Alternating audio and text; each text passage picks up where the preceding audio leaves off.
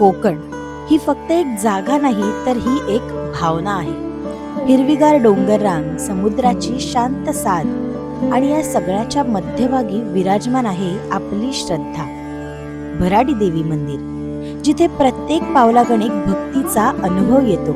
इथे येताच मन शांत होतं आणि डोळे आपोआप मिटतात ते भराडी देवी मंदिरासमोर देवीच्या दर्शनासाठी।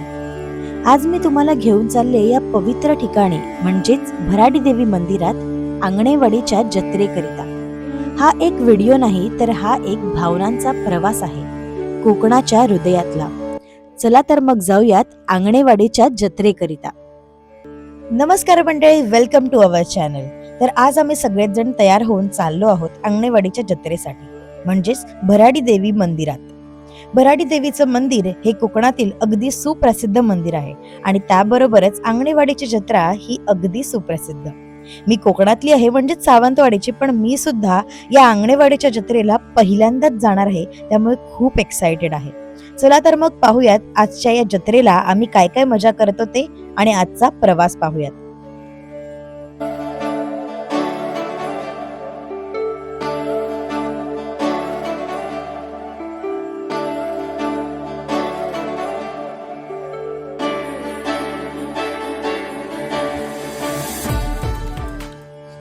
मी या मंदिरात पहिल्यांदाच जात होती, पण सगळ्या माणसांची गर्दी आणि गाड्या पार्किंगची गर्दी बघून कळत होतं की मंदिर जवळ आलेलं आहे। आपण मंदिराच्या जवळपासच पोहोचलो आहोत। यानंतर आम्ही पार्किंग लॉट मध्ये गाडी लावली।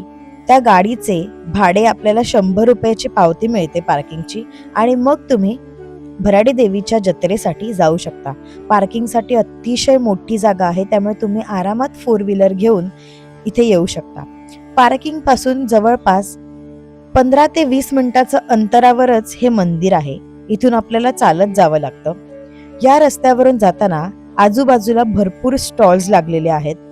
मुंबईच्या जत्रांमध्ये सुद्धा इतके स्टॉल्स पाहायला मिळत नाही, त्याच्यापेक्षा कित्येक पटीने जास्त स्टॉल्स या मंदिराच्या बाहेर या जत्रेसाठी लागलेले होते आणि प्रत्येक स्टॉलवर तितकीच गर्दी आणि सगळेजण खरेदी करत होते।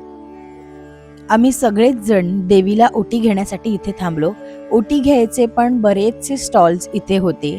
आम्ही या काकींकडे ओटी घेतली आणि तिकडेच आपल्या सगळ्यांचा चपला काढून ठेवायचं होतं, त्यामुळे चपला काढून ठेवून ओटी घेऊन उभे राहिलो लाईनीमध्ये। भरपूर गर्दी असल्या कारणाने जवळपास 2 तास लाईनीत उभं राहिल्यानंतर आमचं सगळ्यांचं दर्शन झालं। या लाईनीत सुद्धा त्यांचा मंत्र सुरूच असतो, त्यामुळे आम्ही कसा वेळ गेला ते कळलं सुद्धा नाही। 2 तासानंतर आमचं दर्शन झालं। मंदिराचा परिसर सुद्धा त्यांनी सुंदरपणे डेकोरेट केलेला होता आणि छान अगदी व्यवस्था त्यांनी केलेली होती। यानंतर आमचं दर्शन झालं। फक्त एकच गोष्ट की गर्दी असल्या कारणाने देवीला मन भरून बघताच आलं नाही। पटापट ते लोक बाहेर काढत होते, त्यामुळे देवीला बघण्यासाठी पुन्हा आम्ही नक्कीच या मंदिरात जाऊ। दर्शन सुंदररित्या पार पाडल्यानंतर बाहेर आलो, प्रसाद घेतला आणि मग गेलो पुन्हा एकदा जत्रा बघायला। हे आहे इथलं संध्याकाळचं दृश्य, जिकडे तिकडे लाईटच लाईट। अगदी स्पोर्ट्स राईड पासून, खेळ खेळण्यापासून, अगदी घरातल्या छोट्या छोट्या गोष्टींपासून ते मोठ्या अगदी गोष्टीपर्यंतचे सगळे स्टॉल्स इकडे लागलेले होते। कशाचीही कमी नव्हती। त्यामुळे सगळे स्टॉल्स बघून, खाऊन पिऊन आम्ही पुन्हा आलो घरी परतण्यासाठी।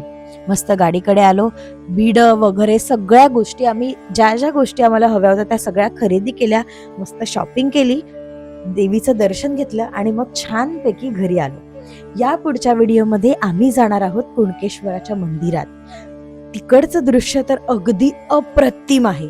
ते पाहण्यासाठी पुढचा व्हिडिओ चुकवू नका, त्यामुळे आत्ताच चॅनलला सबस्क्राईब करून ठेवा। भेटूयात पुढच्या व्हिडिओमध्ये कुणकेश्वराचं दर्शन घेण्यासाठी। चला तर मग तोपर्यंत बाय।